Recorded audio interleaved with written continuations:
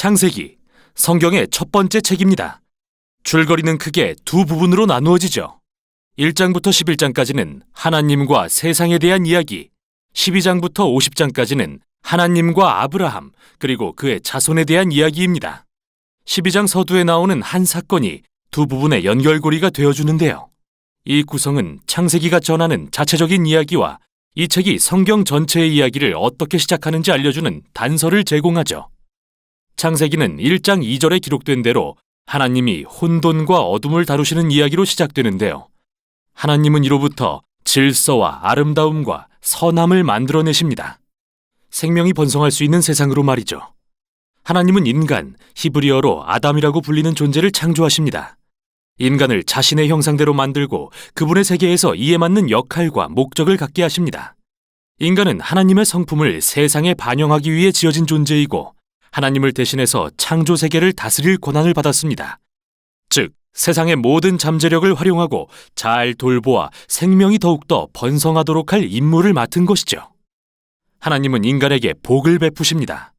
이게 바로 창세기의 핵심이죠. 하나님은 그들에게 한 동산을 주시고 그로부터 새로운 세상을 건설해 가게 하십니다. 즉, 인간에게 세상을 어떻게 지어나갈지 선택권을 주셨다는 것이 핵심인 거죠.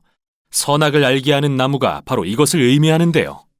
여태까지 하나님은 선과 악을 직접 가르치고 정의해 주셨지만 이제 인간에게 존엄성과 선택의 자유를 주시는 겁니다.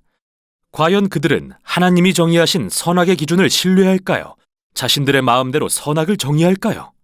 이 선택에는 정말 큰 위험이 따릅니다. 하나님을 거역한다는 것은 생명의 공급자를 배반하는 일이기에 결국 죽음을 맞이할 수밖에 없기 때문이죠. 생명나무가 바로 이것을 의미합니다. 3장에는 뱀이라는 불가사의한 동물이 등장하는데 하나님이 지으신 동물이라는 것 외에 별다른 소개가 없죠. 그러나 하나님께 반역한 피조물이라는 사실이 밝혀집니다.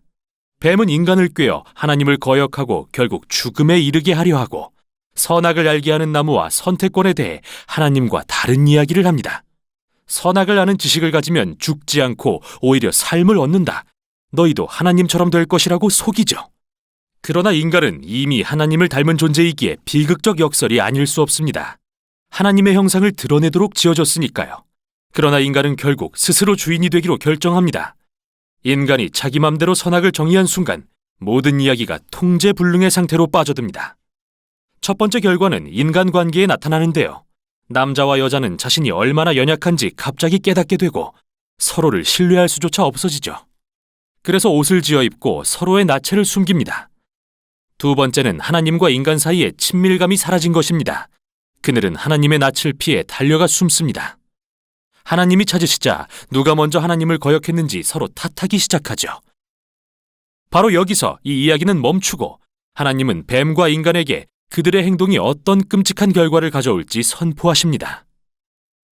뱀에게는 지금은 승리한 것 같지만 평생 흙을 먹으며 결국 패배하게 될 것이라 하시고 어느 날 여자의 후손이 태어나 그의 머리에 치명적인 타격을 줄 것이라고 약속하십니다.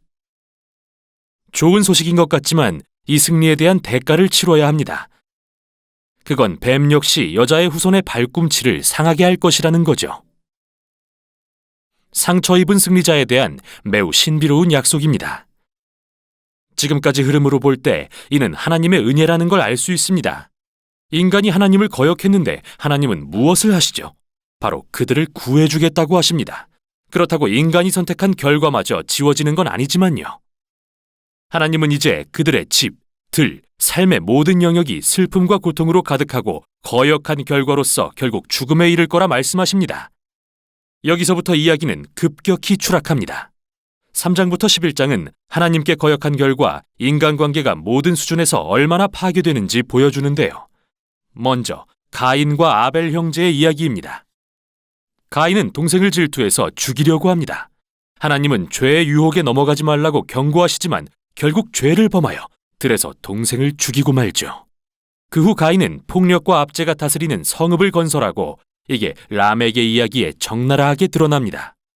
그는 여러 아내를 거느린 첫 남성으로 성경에 기록되었는데 아내를 마치 재산처럼 축적했죠.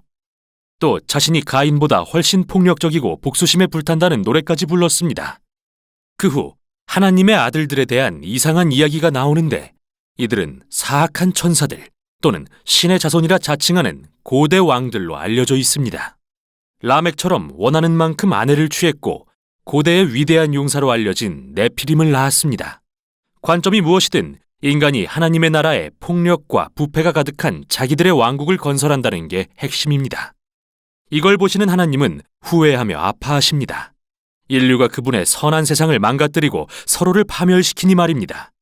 하나님은 이를 보호하기 위한 열심으로 홍수를 일으켜 인류의 악을 싹 쓸어버리시는데 흠이 없던 단 한 사람, 노아와 그의 가족만은 보호하십니다. 그를 새로운 아담이라 부르시고는 하늘로부터 복을 부으시며 재차 생육하고 번성하여 땅에 충만하라고 하십니다. 이렇게 다시 소망이 생기는 듯 했으나 노아도 실패하고 맙니다. 역시 한 동산에서요. 어느 날 그가 자기 포도원에서 술에 취해 정신을 잃고 장막에 누웠는데 아들인 함이 그런 아버지를 부끄럽게 만듭니다. 여기서 우린 새로운 아담이 벌거벗고 수치를 당하는 것을 봅니다. 첫 아담처럼요. 이야기는 또다시 추락합니다.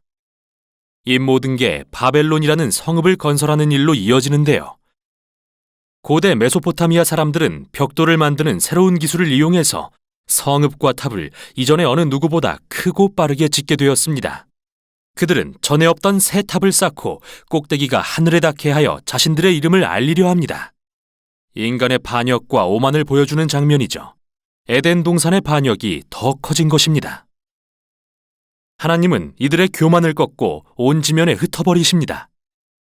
지금까지 여러 이야기가 등장했는데 기본적으로 한 가지 공통점이 발견됩니다. 하나님은 인간에게 끊임없이 옳은 일을 할 기회를 주시지만 인간은 그걸 계속 망쳐버린다는 것이죠. 이 이야기들의 메시지는 우리가 선한 세상에 살지만 스스로 그것을 나쁘게 바꾸고 있다는 것과 선악을 마음대로 정의하기로 선택했다는 것입니다. 우리 모두가 세상에 깨어진 관계와 갈등, 폭력, 궁극적으로 죽음에 일조하고 있다는 말이죠. 그러나 소망은 있습니다. 하나님은 어느 날 여자의 후손, 상처 입은 승리자가 오셔서 악의 근원을 이길 거라 약속하셨습니다. 인류의 악함에도 불구하고 복을 베푸시고 세상을 구하기로 결정하신 하나님.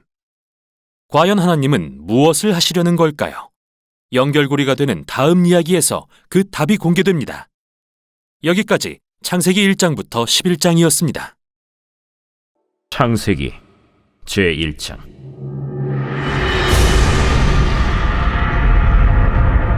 태초에 하나님이 천지를 창조하시니라. 땅이 혼돈하고 공허하며 흑암이 깊음 위에 있고 하나님의 영은 수면 위에 운행하시니라. 하나님이 이르시되 빛이 있으라 하시니 빛이 있었고 빛이 하나님이 보시기에 좋았더라. 하나님이 빛과 어둠을 나누사 하나님이 빛을 낮이라 부르시고 어둠을 밤이라 부르시니라. 저녁이 되고 아침이 되니 이는 첫째 날이니라. 하나님이 이르시되 물 가운데 궁창이 있어 물과 물로 나뉘라. 하나님이 궁창을 만드사 궁창 아래의 물과 궁창 위의 물로 나뉘게 하시니 그대로 되니라. 하나님이 궁창을 하늘이라 부르시니라. 저녁이 되고 아침이 되니 이는 둘째 날이니라. 하나님이 이르시되 천하의 물이 한 곳으로 모이고 묻이 드러나라 하시니 그대로 되니라. 하나님이 묻을 땅이라 부르시고 모인 물을 바다라 부르시니 하나님이 보시기에 좋았더라. 하나님이 이르시되 땅은 풀과 씨 맺는 채소와 각기 종류대로 씨 가진 열매 맺는 나무를 내라 하시니 그대로 되어 땅이 풀과 각기 종류대로 씨 맺는 채소와 각기 종류대로 씨 가진 열매 맺는 나무를 내니 하나님이 보시기에 좋았더라. 저녁이 되고 아침이 되니 이는 셋째 날이니라. 하나님이 이르시되 하늘의 궁창에 광명체들이 있어 낮과 밤을 나뉘게 하고 그것들로 징조와 계절과 날과 해를 이루게 하라. 또 광명체들이 하늘의 궁창에 있어 땅을 비추라. 하시니 그대로 되니라.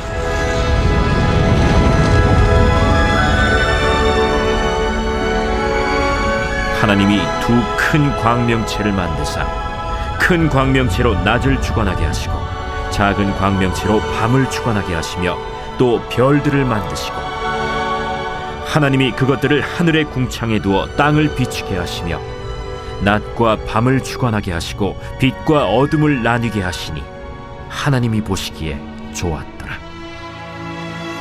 저녁이 되고 아침이 되니 이는 넷째 날이니라. 하나님이 이르시되 물들은 생물을 번성하게 하라. 땅 위 하늘의 궁창에는 새가 나르라. 하시고 하나님이 큰 바다 짐승들과 물에서 번성하여 움직이는 모든 생물을 그 종류대로 날개 있는 모든 새를 그 종류대로 창조하시니 하나님이 보시기에 좋았더라.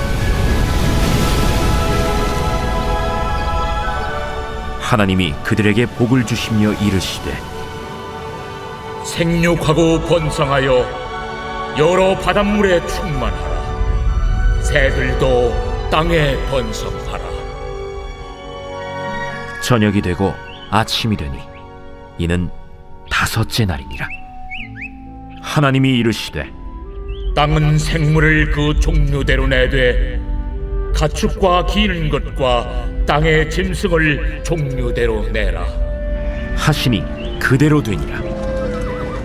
하나님이 땅의 짐승을 그 종류대로 가축을 그 종류대로 땅에 기는 모든 것을 그 종류대로 만드시니 하나님이 보시기에 좋았더라.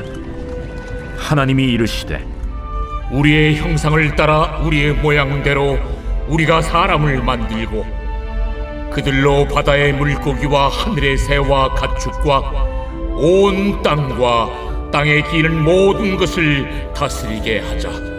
하나님이 자기 형상 곧 하나님의 형상대로 사람을 창조하시되 남자와 여자를 창조하시고 하나님이 그들에게 복을 주시며 하나님이 그들에게 이르시되 생육하고 번성하여 땅에 충만하라. 땅을 정복하라. 바다의 물고기와 하늘의 새와 땅에 움직이는 모든 생물을 다스리라. 내가 온 지면에 씨 맺는 모든 채소와 씨 가진 열매 맺는 모든 나무를 너희에게 주노니 너희의 먹을거리가 되리라. 또 땅의 모든 짐승과 하늘의 모든 새와 생명이 있어 땅에 기는 모든 것에게는 내가 모든 푸른 풀을 먹을거리로 주노라. 하시니 그대로 되니라. 하나님이 지으신 그 모든 것을 보시니 보시기에 심히 좋았더라. 저녁이 되고 아침이 되니 이는 여섯째 날이니라.